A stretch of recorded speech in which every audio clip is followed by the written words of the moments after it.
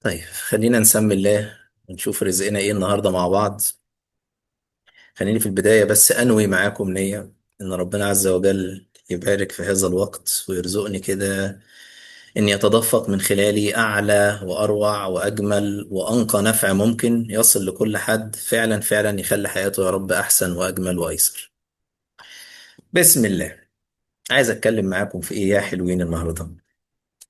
بما اننا بنودع عام وبنستقبل عام جديد، فمن أهم الحاجات اللي بتحصل دايما في الفترة دي وعي الإغلاق والفتح.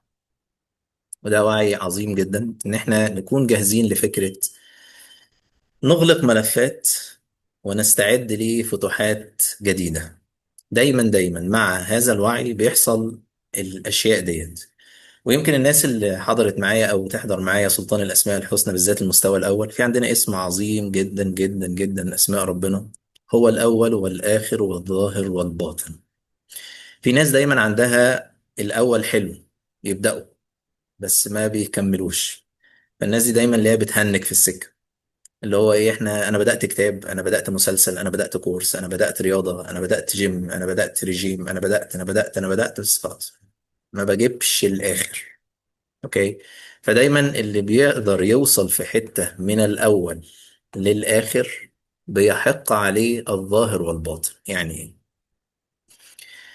يعني الناس اللي بتعرف تكمل حاجة للآخر بيظهر عليها هذا النعمة، بتظهر. لأن في الحقيقة الاستمرار من الأول للآخر بيعمل حاجة عظيمة جدا، ان انا ببدأ اتدرج وبزهق، فبتعلم اتعامل مع نفسي واكمل، وبعدين بتشتت وبعدين اتعلم تاني ابقى فوكس واكمل. ففي مهارات بتعلمها في النص حتى اصل لاخر الشيء. اخر الشيء ده مش لازم يكون يعني ان انا ببدأ مشروع بملايين ولازم اكمله للاخر، لا يعني. في معلومة عظيمة جدا مهم نفهمها طاقيا: اي شيء عرفت تعمله طاقيا من اسهل ما يكون انه يتعمل ماديا. وفي وعي الطاقة مفيش حاجة اسمها هدف كبير وهدف صغير، وموضوع صعب وموضوع سهل. لو خلصته طاقيا هيخلص معاك ماديا. فلو في حاجة مهما كانت بسيطة انت عرفت تعملها من الأول للآخر، بيحصل جواك ان باطنك بيتصلح فيه حاجات، فيظهر على واقعك أشياء جديدة. وده دايما الناس اللي عندها تحديات في فكرة الظهور، انه ناس كتير قوي نمشوا شطار وممتازين ومعاهم حاجات بس ما بيظهرش. انا بوعدك لو انت من الناس دي، او لو عندك حتة في حياتك انت فيها في الحتة دي، فانت ما جبتش فيها الاخر. انت بتبدأها وما تكملش، بتبدأها وما تكملش. اللحظة اللي هتدرك فيها هذا الوعي، انك تعرف توصل في حاجة من الاول للاخر، حياتك هتتغير تماما. مش بس كده، اللي بيحصل كمان انك ما بتبدأش حاجة الا ما بيبقى عندك ثقة انك هتجيب اخرها. لذلك دايما دايما بتلاقوا الناس المميزين في الحياة عندهم الوعي ده. مش معنى انه هيجيب اخرها انه عارف اخرها، لا لا، انه عنده من الصبر وعنده من الاستمرار وعنده من السعي، ان انا هفضل ورا الموضوع ده لحد ما اجيب اخره. فبيبقى متفعل جوه أنفسهم الأول والآخر والظاهر والباطن. فالاسم ده بيحق على واقعه، بيظهر. خليني أقول لكم حاجة. أنا يعني إن شاء الله النهاردة هتكلم معاكم براحتي شوية، فيعني إيه لو حد سمع حاجة غريبة عجيبة مش لذيذة، في ريزيستنس حصلت، حطها على جنب واعتبرها يعني رأي شخصي. يعني ما يعني عشان انا عايز اتكلم براحتي بس، فمش عايز ايه اعمل قيود وحسابات. خلينا على راحتي. فهل حابين ان اتكلم على راحتي ولا اعمل حسابي في كل كلمة؟ اكتبوا لي في التشات. نغوص ولا خلينا في الخفيف منه؟ دوس، يلا بينا. راحتك جدا، انتوا اللي قلتوا ماشي. يلا بينا. حلو الكلام. اللي بيحصل يا جماعة ان احنا لما بنبدأ شيء، علشان أعرف أوصل لآخر هذا الشيء، هو في الحقيقة بيحصل تحديات داخل نفسك، بتحصل مخاوف داخل نفسك، بتحصل آلام داخل نفسك. خلينا يعني نفتح كده يعني حاجة من أعمق وأهم واخطر المعاني اللي حاول حاول حاول تدرب نفسك عليها هو وعي الكلوجر، الإغلاق، إنك تعرف تقفل. ناس كتير ما بتوصلش للمستويات الأروع في حياتها علشان ما بتعرفش تقفل المستوى الحالي. نقول كمان في ناس كتير شطار بيبدأوا حاجات زي ما قلنا. أنا مش عايز أزعل حد، أنا مش عايز أضايق حد، فيبدأ يلعب لعبة طب خلي الموضوع شوية، طب بس إن شاء الله هيجي الوقت الأحسن، هتيجي الفرصة كويسة. فتفضل في ملفات في حياته لا تغلق. كل ملف حان وقت إغلاقه وحضرتك لم تغلقه، ده تسريب طاقي داخل نفسك. نقول كمان كل ملف حان وقت إغلاقه وانت مش بتغلقه، تسريب طاقي داخل نفسك. مش بس كده، هو بيكون ملف مؤلم. وفي لعبة طاقية سيئة، مع اني ما يعني لا احب ان استخدم دائما هذه الكلمات، بس هي لعبة طاقية مؤلمة. ان في ناس دايما بتبقى قاعدة ما بين اختيارين: أأنب ضميري ولا أتألم. اوكي، لو قربت من القرار الذي يناسبني ضميري بيأنبني، فلو بعدت عنه ما أتألم. ايه الأسهل؟ أتألم. اهو الألم اللي نعرفه أحسن من الألم اللي ما نعرفوش. فانا لو خدت قرار في الحته دي وقفلت الملف ده، الناس هتزعل مني، الناس هتتضايق، هيفتكروا، هيشوفوني بصوره معينه، هيحصل كذا، هيجرى كذا. فالمحصله هتكون ايه؟ انك بتختار انك تألم نفسك، فلا تنهي ملفات حان وقت انهائها وتختار انك تؤلم نفسك. فلما تؤلم نفسك حضرتك بيحصل ايه؟ ترددك الطاقي بينزل، فاللي حواليك يألموك. فانت تعمل ايه؟ تقول ليه يا رب بيحصل معايا كده؟ ده انا ماشي في حياتي زي الفل، انا انسان جميل، هو الطيب في الزمن ده يا عيني يقولوا عليه ضعيف. لا، هو حضرتك انت اللي محتاج تكون شجاع. نقول كمان مش متهور، شجاع. يعني ايه شجاع؟ يعني تبدأ بالتدريج تكون بطل قصة حياتك. ما تلعبش كومبارس في قصة حياتك. تخيل انك تلعب كومبارس في قصة حياتك الشخصية يعني. يعني انت دي حياتك، فانت قلت خلاص اتفضل حضرتك، اتفضل يا باشا، اوسع لده واقعد ده واقوم لده واعمل لده. فانا مش في مكاني. مش في مكاني يعني ايه؟ يعني انت في الحتة دي، مش لازم في كل حياتك، بس في الحتة اللي انت سبت فيها مكانك لم ترزق وعي التمكين. وعي التمكين ان يمكن ليك، يعني خدت مكانك. خدت مكانك، ما سبتش مكانك لحد وما خدتش مكان حد. ده الخلل الضخم اللي بيحصل في التأنيب. لعبة التأنيب هي لعبة تغيير الأماكن.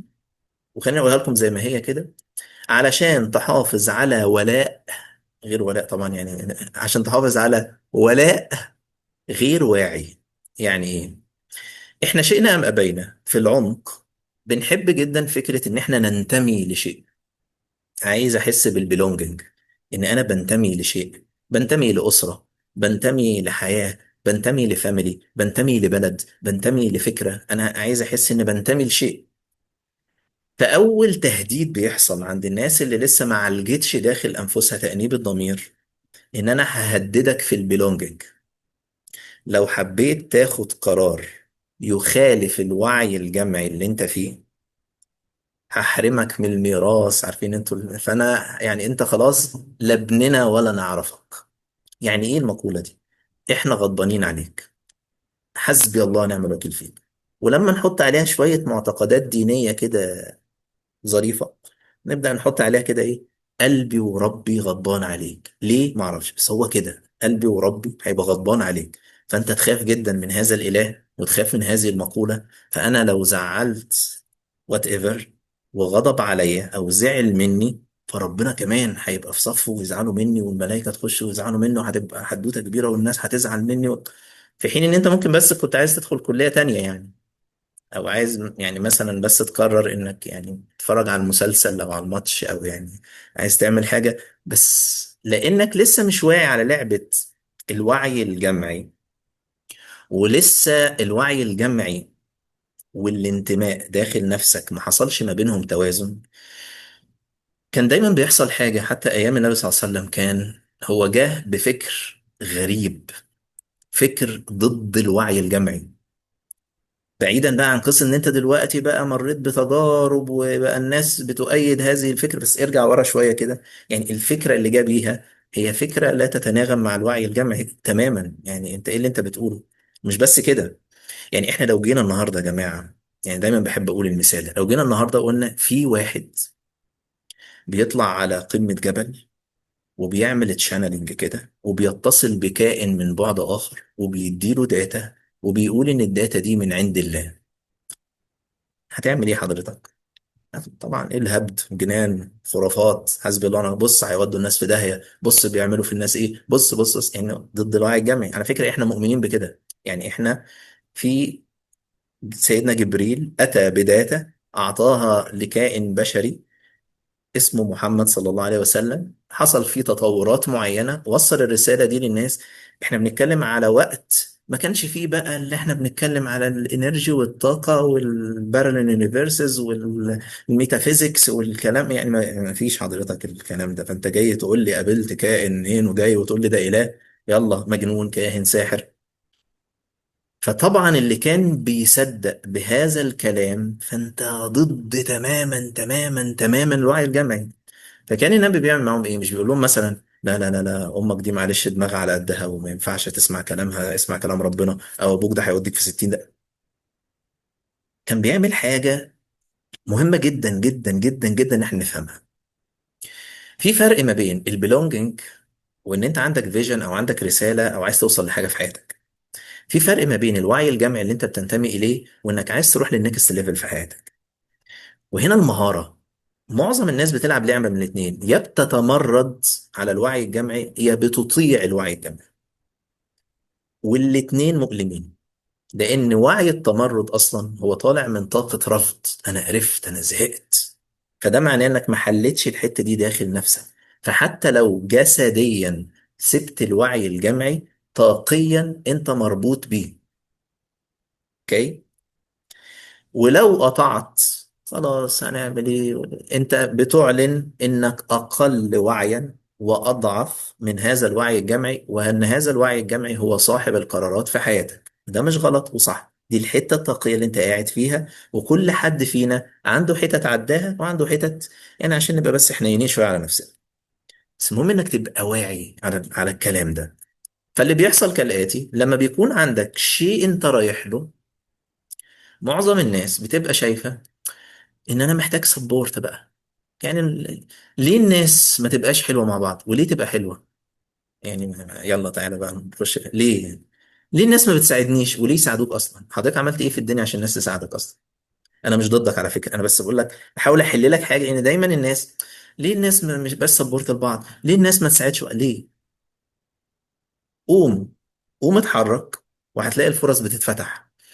فأنا مطلوب مني أن أحترم أحترم أحترم ولا أتبع. أقول كمان أحترم ولا أتبع. أحترم هذا الوعي الجمعي بهذا الفكر، وآخد القرار اللي يناسب مرحلتي. بس اللي هيحصل إيه حضرتك؟ أن هذا الوعي الجمعي سيرفضك. فنيجي بقى الحتة المهمة. أول ما يبدأ الوعي الجمعي يرفض حضرتك، اللي هيحصل كالآتي: هيشتغل سيستم تأنيب الضمير داخل نفسك. أول ما سيستم تأنيب الضمير يشتغل، في باترن قديم، في نمط قديم جدا. معظم الناس اللي نشأت في أسر فيها انتقاد، فيها كلام مش عارف، حد صرخ في وشه لما عبر عن رأيه، حد اتقمص وأهمله، فجهازه العصبي اتكون إنه لما حد يشوفني وحش، يرفضني، يغير نظرته ليا، ارجع بسرعة افهمه انك فهمت غلط، انت تمام، انا معاك، بدون ما بشعر. حتى لو انت، ومعلش اسمعوني رجاء في الحتة دي، حتى لو انت بتقول انك واعي وشاطر وقاري وواخد كورسات، لو مش واعي على جسمك وطاقتك، اوتوماتيكلي جسمك هينقبض وهتحاول يا تتمرد يا تطيع. الحل انك ترجع لنفسك وتفهم ان اللي انقبض جواك ده هو مش حضرتك، ده البرمجة اللي حصلت وخلت جهازك العصبي يقفل وجسمك ينقبض ويخاف ويتوتر. فأنت محتاج تعيد برمجة هذا الجهاز العصبي وتطبطب على الطفل اللي جوه حضرتك ده وتقول له اطمن، اطمن، أنا معاك، أنا معاك. ولو الناس دي كلها كذبت بيك، أنا مؤمن بيك. ولو الناس دي كلها شايفة إن أنت غلط، أنا معاك حتى لو أنت غلط، ولو عرفنا إيه الصح هنعمله مع بعض. ما تبقاش انت والوعي الجمعي عليك، او بمعنى ادق على الطفل اللي جواك. اللحظه اللي بقدر اوصل فيها للحته دي داخل نفسي اللي بيحصل، اني بحترم ان ده الوعي الجمعي، ده مش الوعي، ده الوعي اللي حضرتك مقيم فيه الان. اوكي. فلما هتختار انك تاخد مسار قد لا يتناغم احيانا مع هذا الوعي الجمعي، اللي هيحصل كالاتي: واحد، الناس في الأول اللي حواليك مش هيعجبهم هذا الكلام، هينتقدوك، هيحاربوك، هيصارعوك، هيحاولوا يرجعوك، هيكسروك، هيقوموك، عارفين انت الأغنية دي تمام، هيحاولوا يلعبوا كل الألعاب. أي لحظة هتشرح، هتبين، هتقاوم، هتتمرد، هترفض، هتتجاب يا معلم، هتتشد تاني. التكنيك اللي انت محتاج تنتبه ليه ان تكون في سلام مع ذلك وتكمل، تكون في سلام وتكمل. ده مش سهل، انا عارف ان انا بقوله مش سهل، محتاج تدريب. في سلام وبكمل، اللي بيحصل انك بتبدأ تغير الطاقة اللي موجودة. اللي عرف يعدي الطاقة دي، هذا الوعي الجمعي بيقول ده ابننا، لانه بعد شوية بينجح. اوكي، ده ابننا، ده ما تعرفوش، ده ابننا، بس هم كانوا مطلعين عينه تمام، بس هم بعد شويه يقول لك ده ابننا، ده انا اللي مربيه على فكره، ده انا اللي كنت بقول له يذاكر، ده انا اللي كنت مش عارف، وكان الموضوع غير كده تماما. بس لما بس ما حدش شاف الحته اللي هو قدر يوصل لها. فكان النبي بيقول للناس اللي كانت بتؤمن بيه ايه؟ انك توصل اهلك وتستمر في رسالتك. ايوه بس هم زعلانين مني، اتس اوكي انه يزعل منك، رجاء افهموني كويس، عشان الكلام اللي بقوله انا عارف انه ممكن ما يبقاش سهل على البعض، بس خد ما يناسبك. عندنا برمجة عميقة جدا جدا جدا جدا جدا، شاء من شاء وأبى من أبى، إن إحنا مسؤولين عن مشاعر الناس اللي حوالينا. وأنا مش عايز أزعل حد، وأنا مش عايز أضايق حد، وأنا مش عايز أجرح حد، فإحنا بطريقة ما بقى كل واحد أو ناس كتير، أنا عندي إحساس عشان ما بعرفش أحس فبدور على حد يحسهولي، وعشان فلان ما بيعرفش يحس فبيحاول يخلينا أنا أحسهوله. فإحنا ما بقيناش بنحس، إحنا بندور على اللي يحس لنا. يعني إيه الكلام ده؟ يعني إيه حد عايز ينتقم؟ خلينا بس نشرحها في معنى اكستريم شويه عشان الصوره تبان. يعني ايه حد عايز ينتقم؟ حد عايز ينتقم من حد، يعني انا عندي احساس مش عارف احسه، فانا هحرق دمك واشوفك بتصرخ قدامي عشان انا ارتاح، لان الغضب الرهيب اللي جوايا انا محدش علمني ازاي احسه. فانا بنتقم منك انت ليه؟ علشان اشوفك بتتألم فاكونكت بالألم وانت بتعبر عن ألمك فانا ارتاح، بس انا ما بعرفش اتألم. اوكي. اللحظة اللي بتعرف انك تتحمل، مش بمعنى انك تيجي على نفسك، يعني تكون مسؤول من حال صحي عن مشاعرك. في اللحظة دي انت بتفهم بوعي يعني انت مش مسؤول عن مشاعر الناس. في فرق ان انا مسؤول وان انا بحترم. ان انا قادر احترم مشاعرك مش معناها ان انا مسؤول اخليك كويس. فانا شايفك زعلان، ممكن اقول لك خلاص خلينا وقت تاني لو حابب نتكلم فيه، بس والله العظيم ما هسيبك غير لما تفرح. يا عم انا عايز اقعد مكتئب شويه، والله لا طلعك من اكتئاب يا سيدي، انا يعني طالبه معايا حزيني دلوقتي، عايز ابقى حزين، مش هسيبك تبقى حزين. ليه الطاقه دي بتظهر؟ لان الناس متدربه ان اللي بيفرح هو الحلو واللي بيحزن هو الوحش، ولازم بسرعه نطلعه من حزنه. نو. المشاعر عاملة زي الأكل، عارفين كده المشاعر. أكن حد بيقول أنا مش باكل غير حلويات، أنا بفطر حلويات، بتغدى حلويات، والواد ده هو حلويات. لا، القصة مش كده. ممكن تاكل حار، بارد، حامي، سخن، حلو، مالح، دي مذاقات. كون ان انت بتعرف تدوق ده معناه ان حاسة التذوق عندك شغالة. تخيلوا معايا ان في حد بيقول والله مثلا انا ماسك هذه الزجاجه وهي ميه بارده، او زي حبايبنا السعوديين مويه بارده تمام، وانا جيت حطيت ايدي عليها فقلت انها بارده. فبعد شويه حد جاب لي مثلا شيء ساخن، فجيت حطيت ايدي قلت له معلش والله انا اسف حضرتك جدا، اصلا انا بحس بالبارد بس ما بحسش حضرتك بالسخن، انا يعني ده النظام بتاعي، مفيش حاجه اسمها كده، ده معناه ان حضرتك مش بتحس اصلا. ففي برمجه عميقه حصلت داخل انفسنا، انك تحس الحلو وما تحسش الوحش، او ما تحسش ما يسمى بالسلبي. فما ينفعش تزعل، ما ينفعش تخاف، ما ينفعش توتر، ما ينفعش تقلق، عشان دي حاجات وحشه. افرح. ايوه يعني انا حضرتك دلوقتي انا حاسس اني قلقان. لا ما تحسش ان انا قلقان، لا، لا، الاحساس ده فيك. ايوه انا حاسس اني قلقان، انا حاسس ده. فبدات الناس بعد شويه تسال، بص هو انا حاسس اني خايف، صح صح انا خايف، يعني مش عارف والله حضرتك يعني، يعني انا فرحان فعلا باين عليا. هو انا فبدانا ما نصدقش في احساسنا. فبدا يحصل ايه بعد ما يحصل الشيء؟ يقول لك والله انا كنت حاسس. ايوه طب ما انت يعني حضرتك كنت حاسس، بس انا مش مصدق في اللي انا حاسه. لأن حصل انفصال بيننا وبين مشاعرنا بطريقة ما. ليه؟ علشان الوعي الجمعي هو اللي بيحس لي. على فكرة الطبيعي إنك تزعل، لا مش عارف بس أنا ما زعلتش. لا الطبيعي فنعمل نفسنا زعلانين. فبدأ الناس، أم سوري في اللي هقوله ده ممكن يبقى مش أحسن حاجة لبعض الناس، فبدأنا نعمل نفسنا زعلانين علشان رايح أعزي حد. تمام. هو أنا ممكن أسلم عليه عادي بس أنا مش زعلان في الحقيقة، بس لازم عشان بس يعني ابين لك ان انا زعلان، او اعمل نفسي فرحان فعلا بس انا مش فرحان على فكره ان انت نجحت في الموضوع ده، مش فرحان. يعني الموضوع مش عاجبني، يعني مش لذيذ يعني. وات ايفر، مش بقول دلوقتي صح وغلط، بس بطريقه ما انت بقيت تشوف الوعي الجمعي حاسس بايه. اه يبقى احنا صح نحس كده، المفروض نحس كده.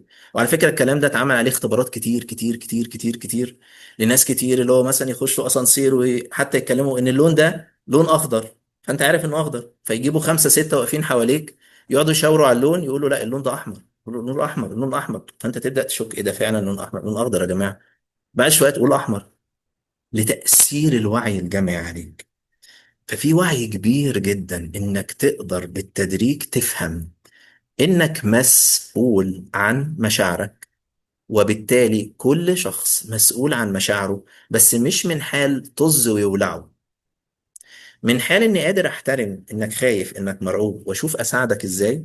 بس أنا مش مسؤول عن أنت حاسس بإيه، أنا مسؤول أتعامل معاك إزاي. لما بنقدر نوصل للحتة دي بتعرف تفك اللوك ده، تعرف تطلع من الحتة اللي أنت بتبقى استك فيها. ليه بقول كده؟ لأن معظم الناس اللي بيكون عندها تحدي في وعي الإنهاء، إن أنا مش عارف أقفل ملف. إيه اللي موقف حضرتك؟ هل هذا الملف أصبح بيخدمك؟ الإجابة لا. هل أنت عايز تكمل في الموضوع ده؟ الإجابة لا. طب مش بتنهيه ليه؟ يعني مش عايز أبقى دم تقيل، مش عايز أزعل حد، مش عايز أجرح حد، مش عايز أوجع حد، أصلك افرض مش عارف إيه. طب افرض هو اللي نهاه، يبقى جت منه. فأنت عايز تنهي بس أنت مدي قرار الإنهاء لحد غيرك، فسيتم التلاعب بيك. ده تحدي مش بسيط. ده من أعمق المساحات اللي معطلة ناس كتير جدا إنها تروح للنكست ليفل. إن حضرتك عايز تروح للنكست ليفل بس أنت مربوط بشوية حاجات هنا. فآخرك بس بنفسحك في النكست ليفل وبتتشد تاني، لأنك ما أنهتش هذه الروابط الطاقية بينك وبين حاجات مهم إنهائها. ما تاخدش كلامي من حتة قاسية داخل نفسك، قول بس خلاص كوتش أيمن قال لنا والله العظيم نخلص السيشن وتتري بت. اهدى اهدى أنا بفهمك وبعدين كل حد هيبدأ يتحرك من مساحة تناسب وعيه، تناسب واقعه، تناسب جهازك العصبي، عشان هي لو عملتها بطريقة فيها قسوة هترتد تاني. محتاجة وعي، محتاجة تدرج، محتاجة حكمة.